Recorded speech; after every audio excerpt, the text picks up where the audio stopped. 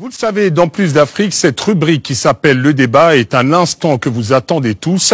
On ne dérogera pas à la règle pendant les fêtes et nous avons décidé aujourd'hui de nous transporter au cœur de la société gondwanaise. J'accueille les débatteurs du jour. Le grand débat, c'est maintenant.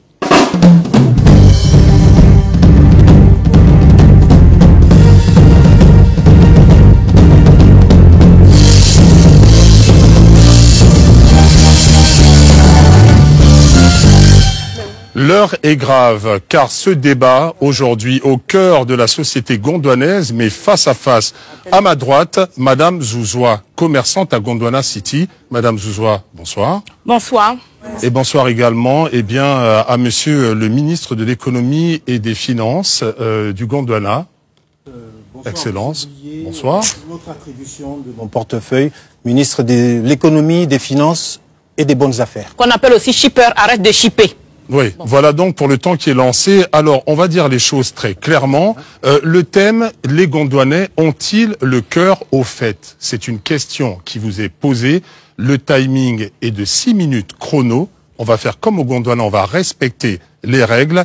Et c'est donc Monsieur le ministre, forcément, qui commence.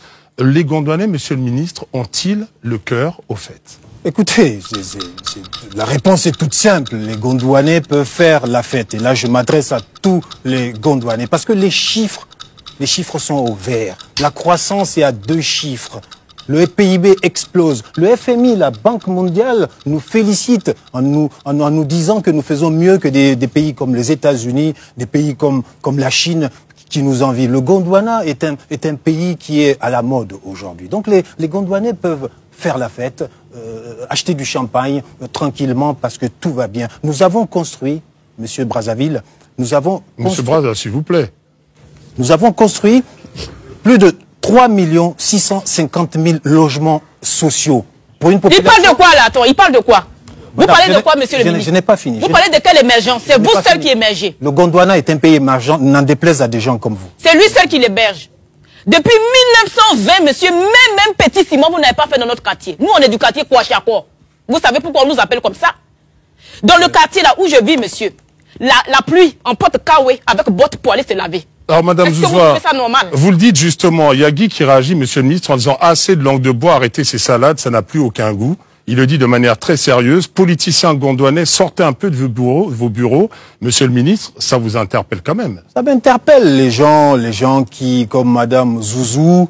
Zouzoua, s'il vous plaît. Madame Zozo qui dit avoir chaud. Madame, si vous avez chaud, moi je vous recommande, sur le commerce, il y a des bons climatiseurs, comme le climatiseur Split. Mais on n'a pas l'argent, il n'y a pas courant. Courant se coupe tous les 5 minutes. Comment on va parler de Split? Mais c'est les foutains, ça. Monsieur, le climatiseur on fait pas de brushing Split, à la madame. Maison, hein. Tellement ça cherche en même temps. Monsieur, ce sont les délestages qui font les brushing. Exactement, parce qu'il fait trop chaud, les tôles, là. On ne peut plus respirer. Monsieur Kinshasa. On sèche les habits à l'intérieur Monsieur de la Brazza, s'il vous plaît, Monsieur le ministre. C'est un débat qui doit être civilisé. Si je n'arrive pas à aller au bout de mon raisonnement et que je sois interrompu par Madame Zaza, on va pas finir. Vous plaît. Alors justement, Monsieur le ministre, Yaya nous dit, selon les statistiques, 81% des statistiques gondwanaises seraient fausses d'ailleurs. Il met l'accent dessus. Que lui répondez-vous? Je lui réponds que s'il continue à envoyer des tweets comme ça, il va bientôt faire partie de ces statistiques-là, mais à ses dépens. Alors, en parlant de la vie et du coût de la vie, Madame Zouzoua, on voit très bien que l'heure est grave. Au niveau de la santé aussi, il y a des problèmes, semble-t-il. Monsieur, on n'a plus de médicaments, on n'a plus rien. Ils nous forcent à prendre des médicaments génériques. Ils nous mettent en prison si on fait le kanouba. Est-ce que vous savez ce que c'est que kanouba? Madame, je vis dans ce pays, moi... Kanouba, c'est suppositoire africain. On nous interdit d'avoir le kanouba, on ne peut plus rien acheter. Le médecin, le dentiste, ils te vendent tes propres dents. On n'a plus d'argent, monsieur le Gondwanais, enfin. Tout ce que vous dites là, c'est zéro. Madame Zizi.